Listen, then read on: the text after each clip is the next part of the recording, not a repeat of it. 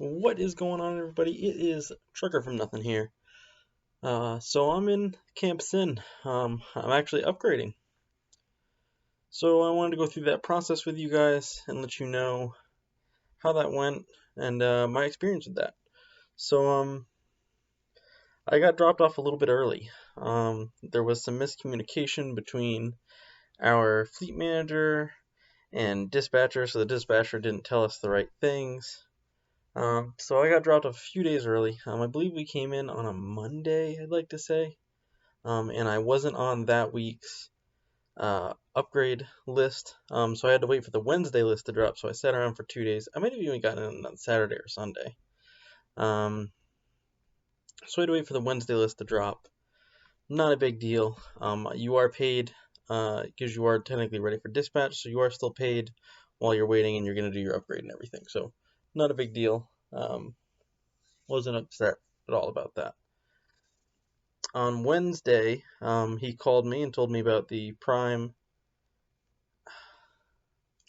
I can't remember the abbreviation, but essentially it's the safety course. You're gonna go over some safety stuff. Watch a lot of videos. A lot of it's quite boring, honestly. It is a very long class. It's like 5.5 hours. When you finish that class, right now, anyways, I don't know if this is gonna be permanent or anything. We went straight to the simulator lab and we did simulator. Normally, you will do 4 simulators. And I'll go over those in a second, but I only had to do 2, and somebody else did the other 2. And I think the reason is just because there's so many people trying to upgrade right now, and due to the situation that we're in, being this is shot in January of 2021. I think they just don't have time to clean the machine that often and stuff like that, so it's understandable. It didn't really bother me. So I watched the other guys, but so you're gonna go through 4 scenarios. You can fail on these 4 scenarios. It does not matter. Plenty of people had problems, had crashes. I failed on one of them, to be honest with you. The first one is a daytime one. It's pretty relaxed, and then all of a sudden a deer will come out, and you're gonna hit the deer. What the actual thing was is that they didn't want people to slam on their brakes or swerve or cause an accident by trying to miss the deer. They actually want you to hit the deer. If you want to slow down a little bit for the deer, I mean, you can try to do that if you want. But they want you to freaking murder that thing. So that was kind of funny. Situation number 2 is going to be a snowy day. Just like when you did orientation, it's just going to be another snowy day. A lot of people do go off the road and get shot off through the median, through like there you're on the right side, you get shot off through the median, over the other side of the highway, and then over into the grass on that side. Happened to quite a few people. There was 8 simulators. I think like 3 or 4 people got shot over. So keep that in mind. The third one, which is one that I did, is a very normal drive. At the very, very end, and I'm going to say now, I'm going to come up with an excuse because I feel like this is a little unfair. At the very end, these simulators typically have like arrows that tell you where to go anytime there's a turn, or there's something that tells you in which direction you're supposed to be going. There's nothing at the end of this. What's at the end of this is a bridge that says it has a 10-ton limit. I did see that. I did slow down a lot because I saw that, but because there were no arrows or anything telling me to turn, I assumed I was supposed to go straight. And obviously, the truck weighs more than 10 tons, so I failed. You're supposed to go right there. Fair enough. The fourth and final one is an extremely, extremely short drive. You're literally on the highway. You take the very first exit, and then there's a truck stop that you have to park at. What they're looking for there is that hopefully you use a pull-through parking spot rather than backing into a parking spot. There is a time limit. I think it's like 10 minutes. Like 10 minutes to do a pull-through. The pull-throughs are 45s. And everything looks really close when you're in the truck. So I mean that can be a little bit difficult. But overall, the simulators are very easy, and then once you're done with those 4, you're then going to do a backing test. This is an actual test, and your first, he let everybody do one practice before we did the actual test, so that was very nice of him. So it's, you come up, and then there's a building that you kind of turn to the left to go around, then you straighten out, and then you kind of pull towards the right so you can get a straight line back. So you're going to actually straight line back into this dock, so it's very easy. You do not have to be lined up perfectly, so long as you're in between the cones and you touch the dock, it counts. So nobody should have any problems. Everybody was done. I think maybe took everybody like 2 minutes, including the practice one plus the real one. That was a very, very easy, but probably easier than any back I've done in real life, to be honest with you. So then from there, the next class that you can attend is the automatic transmission class. Now, automatic transmission class is normally a day 2 class. Depending on what's going on, you maybe will get it on day 1. There is time in the day to do it, it's just whether or not they'll let you in. So automatic transmission class is very boring. They talk about how to use the transmission, what the transmission is going to do for you, how to adjust for the train, all that stuff, as well as talking about how to use the engine braking with the transmission. So it's a very boring class, but it is important information to know. If you're not that comfortable yet with the transmission, I'd recommend paying attention to. You have to go to the class anyway. So the final class that you can do on day 1, that you definitely want to do, like, do not miss this one. if you're only going to go to one additional class, do not miss this one. And this isn't really a class so much, but it is this is for lease drivers. If you're a company driver, I don't think that you have this class. I went lease, so I have this one. And what this class is in fact, I'm like 100% sure you wouldn't have this one, but it is about it is Abacus, the CPA program, or the CPA like accounting office has a class. They talk about setting up a business, your LLC, how you do expenses, and all that stuff, and what how you can figure out what you're actually going to get paid versus what it says you're paid type deal, and making sure. And they, more or less, they go over their services. And this is where you're going to write down your business names for them to go and file for you. If you miss this class, you cannot pick out a truck, and until you go to this portion, you can't pick out a truck unless you already have an LLC or you're going to get your own LLC. They will not let you take a truck. Well, if you're going to be a sole proprietor, you could take a truck, but there's some liability with that. And when you go through the Abacus class, they explain all that stuff to you. So you definitely want to get an LLC. And you can't pick up the truck till the LLC is confirmed. And the LLC usually takes 24 hours to get confirmed. So what I did is on day 1, I did the safety class. Then I went to the automatic transmission class. There was only 3 of us in the automatic transmission class. And then I went to the Abacus class. The next day, you have Slingshot for Business. Slingshot or Slingshot into Business, Intro to Business, something like that. More or less gets more into the stuff that you need to pay for as a lease driver. So there's a mileage fee, which comes out to 5.5 cents, a fuel tax, which is 2 cents, and then a tire fund, which is 2.5 cents. And this is per mile driven, so it comes out to 10 cents per mile driven. And they talk about, your average, how to figure out fuel tax, fuel surcharge, stuff like that you're going to get paid. They also go over some other stuff. So that is a really important class, and you definitely want to pay attention. If you're going to pay attention to any of these classes, it's that one. The Abacus class, if you don't pay attention in there, you're just going to lose money, and it's just going to be a bad time. You really want to pay attention to the Abacus class and the Slingshot class. The other two, you can kind of pay a lot less attention for, I would say. I mean, they're all important, but if you're only going to pay attention to 2 of them, should be those 2. Now, once you're done with those 4 things, of course, there's also CBTs that you have to do. And once you do the very first one, the safety one, he's going to assign all the CBTs to you. You're supposed to have all your CBTs done before day 2. And let me tell you, you're not going to have all of them done. I watched 2 videos at a time and I was able to get them done, but I also stayed up really late doing it. So if you're like really paying attention, only watching 1 video at a time, you're probably not going to have them done before day 2. You cannot upgrade till you have all those CBTs done. So the second that you leave the first class, anytime downtime you have, I'd be watching those videos. A lot of them are just repeat videos. There are some new ones. You get ACE 1, 2, and 3, which is more business classes, or not business classes, but business styled. And that's some of the stuff that they go over in the slingshot class. If you do not watch those videos, the quizzes are going to be really tough at the end. I had that problem. I'm not good at watching videos and taking in information. So those videos did nothing for me, basically.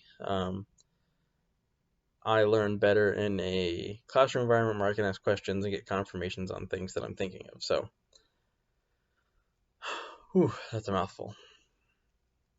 Okay, so you're all done with your classes. You've done all your CBTs. Now what? They're going to give you a sheet that lists all these classes too on there and the times that they are. And at the very bottom on that sheet of piece of paper, there is a email. You're going to email, I believe it's upgrade or upgrades@primeinc.com. You're going to tell them that you're all set, you're a reefer driver, you're going to be leased, and you're going to send them in your driver code. Once you've done that, they're going to email you back. I'm trying to remember what they email you back, but they're going to email you back, and then they are going to call you. When they call you, they're going to ask you if there's any trucks that you would like to look at today. So for time frame reference,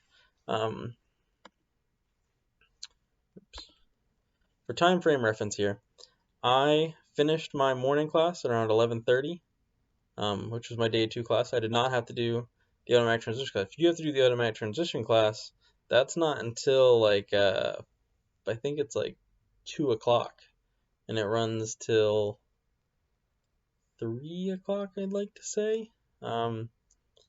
So you wouldn't be able to send in your thing. So if you can do the automatic transition class the day before, that's better, because then you can, try to get a truck sooner that way. So you're send them in, and they're going to call you, and they're going to ask if there's any trucks you want to look at. SuccessLeasing.com has a list of all the trucks. I recommend day 1 and in the morning on day 2 to look at that list, see what truck you're interested in. That way you have that number when they call you. I didn't think they were going to call me as soon as they did. So at 11:30, roughly, I finished my thing. I went, I had lunch real quick, then went back to the hotel. I was probably at the hotel at like 12:30. This is because I forgot my piece of paper. So I had to go back to my hotel to get my piece of paper so I could email them, because I didn't have the email and the information I was supposed to send them. So I sent that in probably 12:35, 12:40. They called me at like 2. And they're like, hey, you want to come look at a truck? So it moves very fast. Now, just because you look at a truck does not mean you're taking that truck. And what I mean by that is that you can look at any trucks you want. I recommend picking out 2 or 3 the morning of. That way you have options in case somebody takes one of the ones that you were going to look at. So you're going to go down there, you're going to inspect it. They're going to give you the driver code. They're going to give you the alarm code, keys, and everything. You'll be able to start it, drive it around. Now, you cannot leave the prime area. I do recommend backing into an empty trailer and making sure, and you're going to want to make sure that your glad hands work and your electric line works. Now, and then I was going to say something else, but I'm going to save that for another video. Because, actually, I'll say it now. Make sure your freaking glad hands work. My glad hands, if you look online, if you Google glad hands, and you look at them, the red glad hand is supposed to have a dimple that sticks out, and then the blue glad hand does not. And on the reverse side on the trailer, the blue side has a dimple and the red side does not. On my truck, the blue side from the truck has a dimple, so it can't lock in at all into the blue side on the trailer. And when I brought that up to the repair guys, because I dropped it off down there, they basically laughed at me and told me there's no way that that's possible. And I tried on multiple trailers, so I know it's not me. And anyways, so you're gonna want to do that. You're gonna want to do that. You're gonna want to also make sure that when you go to unhook it, make sure that your bags work, that they'll drop for you, so you can be letting your trailers off and everything the proper way. Obviously, you're gonna do a general pre-trip. Once all that is done, you are going to, if you like the truck and you want to keep the truck, you're going to go inside and you're going to tell them that you want to keep it, and they're going to give you an inspection sheet. The inspection sheet is what you need to fill out to actually be able to pick up this truck, and it's quite a few pages, but basically it goes over everything. And I would go line by line, excuse me, I would go line by line what it says in there, and actually check it on the truck. Don't just check it off, like, do the seat belts work and are they operational? Check. Like, actually check and make sure they click in and are clean and not dirty or anything. Like, make sure that works. The only thing I didn't check on my truck is whether or not the 12-volt power worked and whether or not the inverter worked. This is because I didn't have anything to check it with me. I didn't bring, my laptop or anything at all. So when I filled out my inspection sheet, I wrote down in there unknown because I didn't want to write down that it was good. I just wrote down not okay, unknown. And I figured I'd leave it at that because, like I said, I didn't test it. So you're going to fill out that whole packet in there. You're going to know any damages, anything that's not working, anything that's missing. Obviously, you're going to check your APU and stuff. That's all in there. Then, you're also, no, they're not then. So you're going to do all your interior stuff. Then it's going to start on the motor. Then it's going to start, on your brakes and everything. It's going to have you do all the outside stuff. You're going to mark down anything that's bad on the outside. My truck has 3 problems on the outside. It is missing a bolt on the steps on the passenger side, just that hold like the metal piece to the plastic. The hood and deer guard and fender on the driver's side like got scraped on something. And then he had satellite TV, so he cut out a portion of the black, like, plasticky, rubbery trim at the very, very top of the cab. Not a big deal, but things that you need to know, because when you go to turn it in, if you didn't note that when you picked it up, they're going to think you did it, and they're going to want you to pay for it. So make sure you note that stuff down. So once you get that whole thing done, there are instructions on the packet, but it says you're going to go to Bay 47. Bay 47 is right next to Success Leasing. It's the bays that are next to the Success Leasing area. When you go there, you're going to park your truck outside of what they call the bullpen or the bull pit or whatever, and you're just going to walk your papers in there. Once you walk your papers in there, if your truck is all good and you don't need anything, then you're just going to tell them it's all good and you're going to hand in your inspection report, and that'll be the end of it. Now, I highly doubt that anybody's truck, I highly doubt that anybody who's getting a used truck is going to get a perfect truck. So what they're going to tell you to do, in my case, they're going to tell you to go around to Bay 21. Bay 21 is on the other side, still the same building, just the other side of the building. And you're going to park there and wait till they let you in. Once they let you in, you can explain to whoever it is what your main concerns are, what your main things that you need to have fixed. They, of course, are going to go through that whole packet that you gave them, and they're going to check each and everything on there that you wrote down. So do not check out of your hotel room until it's gone through this process, because if I was checked out right now, I would be I'd be sleeping in my truck, and then they might bring it in the middle of the night while I'm asleep. Or wake me up to bring it in or whatever. Like, just don't do that. Just keep the canvas in room. And one big thing while all this is going on, do not sign your lease contract. Do not sign your lease contract until that truck is ready to roll. Once you sign that lease contract, it is yours and you are stuck with it. Okay? So just do not sign that till it's good to go. I haven't signed mine yet. They haven't said anything to me. That's the way it's supposed to be done. Once you sign that lease contract, it's yours. You have to start paying for it. So keep that in mind. So anyways, that is the upgrade process so far. Basically all of the upgrade process if you're going lease. If you're going company, like I said, there might be one or two less classes to take, so that might be a little bit easier for you. And that's all I have for you guys today. Now I will be making a video on what they fixed or didn't fix afterwards, because there's a few minor things that I don't really care about, but I noted them anyways because you need to.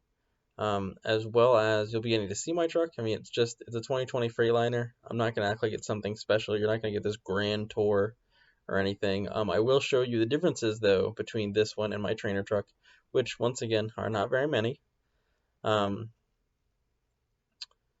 And that's basically it. One other thing I want to note is that a lot of people post asking about how much lease drivers make. I'm going to give real numbers. I'm going to show statements. I'm going to give you guys all of that. I also know that I said that I was going to show off my pay stubs from TNT phase. I decided not to, mostly because they're boring. There's nothing on there. It just lists destinations that I went to, says I didn't do enough miles, and then that I got paid $700 or $800 or whatever, minus my taxes. So anyways, that is all. If you guys have any questions about the upgrade process or any questions about the leasing process, feel free to ask me. If you have any questions about the cost of leasing, I'm also free to answer any of those questions. Anyways, that is all for today. I hope you guys all have a wonderful day, and I will see you in the comment section.